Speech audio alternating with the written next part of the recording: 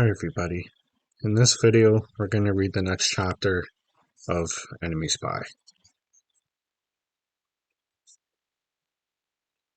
Chapter 12. No Time for TV. Why are they arresting Mr. Green? I cried. Calm down, Nolan, my mom said. We don't know that he's being arrested. Maybe they just want to ask him some questions. Like what? She shook her head but didn't answer.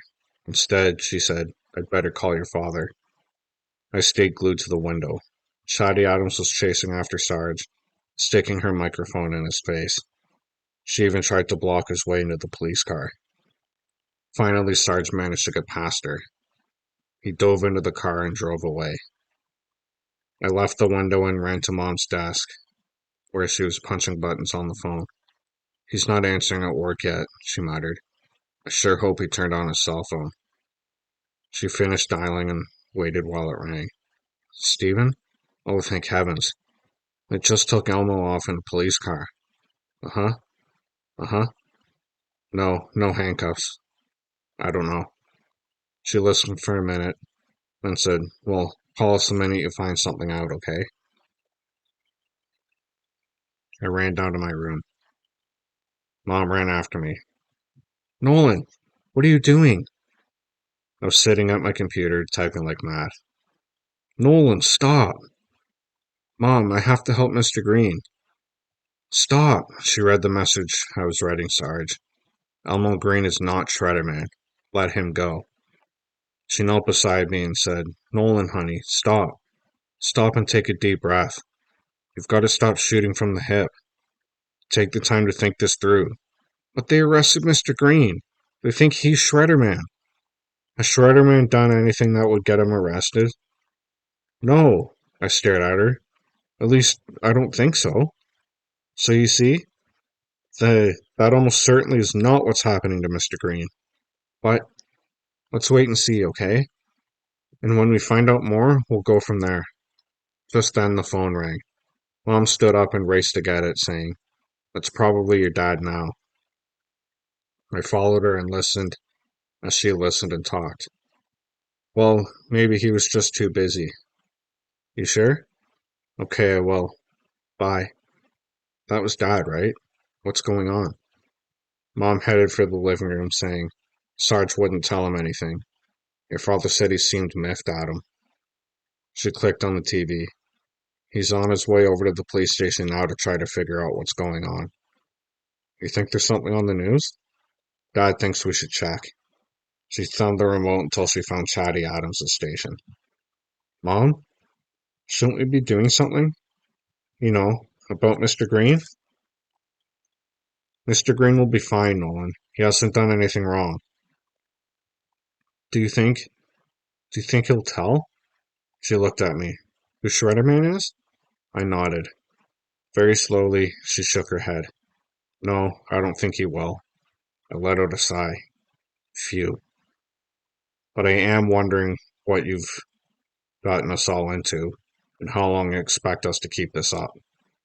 I just looked at her, feeling helpless. Why, oh why, did I ever tell them I was Shredderman? Mom sighed and went back to looking at the TV. There should be a news brief at the top of the hour. We'll see if they announce anything. The news wasn't on yet. Some stupid show with people kissing was. Mom muted the sound, but that didn't really help. Boy, were they ever kissing. Mom turned the TV off for a minute, then turned it back on. They were still kissing. Mom clicked it off and watched the clock. She clicked it back on. Phew, they were finally done kissing. But now the guy was leaving and the girl was crying. What kind of stupid show was this? When it was finally over, my mom sighed and said, Okay, this should have a few minutes of news now. After a couple of commercials, the news brief started. A man behind a big desk said something about some senator being in trouble, some hurricane in Louisiana, and the president taking a trip to India. Then, at the very end, he said, And for those of you who have been following the Shredderman story, we'll have late-breaking developments for you at 5. At 5? I cried when he was done. I can't wait 2 hours. Mom turned off the TV and said, "We'll see what your dad comes up with between now and then." She gave me a stern look. "In the meantime, you are banned from your computer. Do you hear me?" "But, Mom—" "No!" He shot a finger my way. "You stay off it." She paced around a little, then said, "Look, your favorite show's on in a little while. Watch some TV. The time will fly by." I didn't want to watch TV, not even the Gecko and Sticky. I wanted to know what was going on with Mr. Green.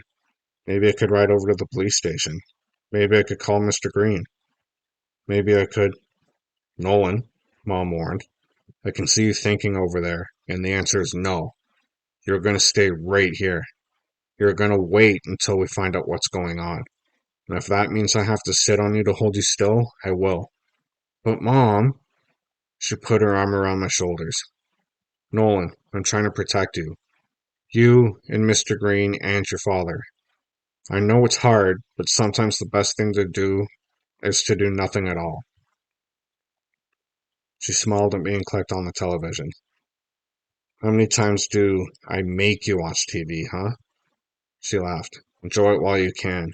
I have some phone calls I have to make for work, so you just stay put and stay out of trouble, okay?" I nodded. But the more I thought about it, the more I knew I couldn't just sit there watching TV. What kind of superhero hangs around watching cartoons while his ex-sidekick gets hauled off to the police station? Not this one. No way. I moved around some throw pillows and a couch blanket, so it sort of looked like I was lying on the couch. My backpack was right there, so I took out supplies and wrote a note. "Please don't be mad. We have to help Mr. Green." I put it on top of my fake body, then strapped on my backpack and checked down the hallway. The coast was clear. So I tiptoed down to the garage, clipped on my helmet, and jumped on my bike. It was time to find out what was going on.